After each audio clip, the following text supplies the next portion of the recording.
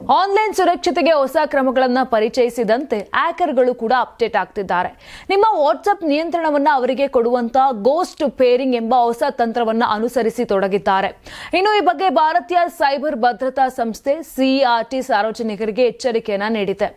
ಯಾವುದೇ ಪಾಸ್ವರ್ಡ್ ಇಲ್ಲದೆ ಸಿಮ್ ಕೂಡ ಬದಲಿಸದೆ ಕೇವಲ ಪೇರಿಂಗ್ ಕೋಡ್ ಮೂಲಕ ಹ್ಯಾಕರ್ಗಳು ಬಳಕೆದಾರರ ವಾಟ್ಸ್ಆಪ್ ನಿಯಂತ್ರಣ ಪಡೆಯುತ್ತಿರುವ ಘಟನೆಗಳು ಕೂಡ ವರದಿಯಾಗಿವೆ.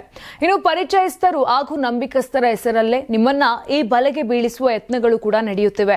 ಜಾಗರೂಕರಾಗಿರಿ ಎಂದು ಕೇಂದ್ರ ಸರ್ಕಾರದ ಅಧೀನದಲ್ಲಿರುವ CERT ಹೇಳಿದೆ. ಇನ್ನು ನಿಮ್ಮ ಸಂಪರ್ಕ ಪಟ್ಟಿಯಲ್ಲಿ ಇರುವವರಿಂದಲೇ ಅಂತ ಒಂದು ಮೆಸೇಜ್ ಕೂಡ ಬರುತ್ತೆ. ಈ ಫೋಟೋ ನೋಡಿ ಎಂಬ ಸಂದೇಶದೊಂದಿಗೆ ಒಂದು ಲಿಂಕ್ ಬರುತ್ತದೆ. ಕುತೂಹಲದಿಂದ ಅದನ್ನ ತೆರೆದಲ್ಲಿ ಫೇಸ್ಬುಕ್ ನಂತಹ ಪುಟ ತೆರೆದುಕೊಳ್ಳುತ್ತದೆ.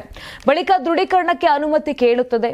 ಫೋಟೋ ನೋಡುವ ಭರದಲ್ಲಿ ದೃಢೀಕರಿಸಿದ್ರೆ ಮುಗೀತು. ಹ್ಯಾಕರ್ಗಳಿಗೆ ನಿಮ್ಮ ವಾಟ್ಸ್ಆಪ್ ಬಾಗಿಲು ತೆರೆದಂತೆ. ಹೌದು, ಇನ್ನು ಆ ಕಡೆ ಇರುವವರು ನೀವು ನಮೂದಿಸಿದ ಫೋನ್ ನಂಬರ್ ಬಳಸಿ ಪೇರಿಂಗ್ ಕೋಡ್ ಸೃಷ್ಟಿಸಿ ಅದಕ್ಕೆ ಲಿಂಕ್ ಆಗಿರುವ ವಾಟ್ಸ್ಆಪ್ನ ಪೂರ್ಣ ನಿಯಂತ್ರಣ ಪಡೆಯುತ್ತಾರೆ. ಅದನ್ನು ಬಳಸಿಕೊಂಡು ನಿಮಗೆ ಬಂದಿರುವ ಸಂದೇಶ, ಫೋಟೋ, ವಿಡಿಯೋ, ಧ್ವನಿ ಸಂದೇಶಗಳನ್ನ ನೋಡಬಹುದು. ಜೊತೆಗೆ ನಿಮ್ಮ ಸಂಖ್ಯೆಯಿಂದ ಅನ್ಯರಿಗೆ ಸಂದೇಶವನ್ನು ಕಳಿಸಬಹುದು. ಇನ್ನು ವಾಟ್ಸ್ಆಪ್ನಲ್ಲಿ ಲಿಂಕ್ಡ್ ಡಿವೈಸಸ್ ಎಂಬ ಆಯ್ಕೆಯಲ್ಲಿ ನಿಮ್ಮ ಖಾತೆ ಯಾವೆಲ್ಲ ಸಾಧನಗಳೊಂದಿಗೆ ಕನೆಕ್ಟ್ ಆಗಿದೆ ಎಂಬುದನ್ನು ನೋಡಬಹುದು.